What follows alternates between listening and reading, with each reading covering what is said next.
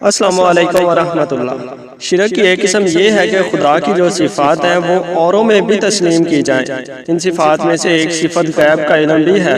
بنی اسرائیل کے زمانہ میں کاہنوں کا یہی کام تھا، وہ آئندہ کے واقعات کی پیش گوئیاں کرتے تھے۔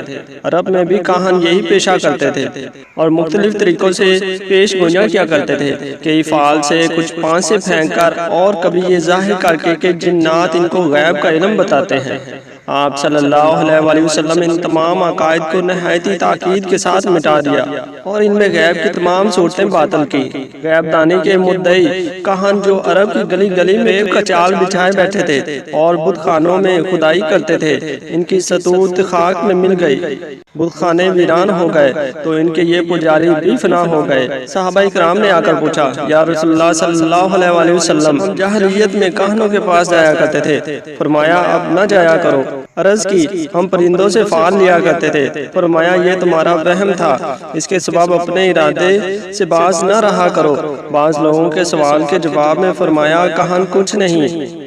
انہوں نے کہا، یا رسول اللہ صلی اللہ علیہ وسلم، ان کی کچھ باتیں سچ بھی نکل آتی ہیں۔ فرمایا شیطان ایک آدھ بات سن لیتا ہے اور مرغی کی طرح کرکر کر کے اپنے دوست کے کانوں میں ڈالتا ہے اور وہ ان میں 100 جھوٹ ملا دیتا ہے۔ ابھی فرمایا کہ فرشتوں کی زبان سے شیاطین فضائے آسمانی میں چوری چھپے کچھ سن لیتے ہیں اور کہاں اس میں جھوٹ ملاتے ہیں۔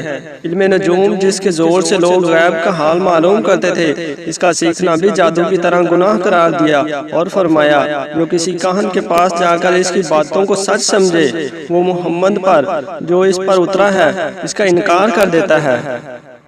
آخر میں دعا ہے کہ اللہ رب العزت مجھے اور ہم سب کو آقا کریم صلی اللہ علیہ وسلم کے اسوہ حسنہ پر عمل کرنے کی توفیق عطا فرمائے، آمین یا رب العالمین۔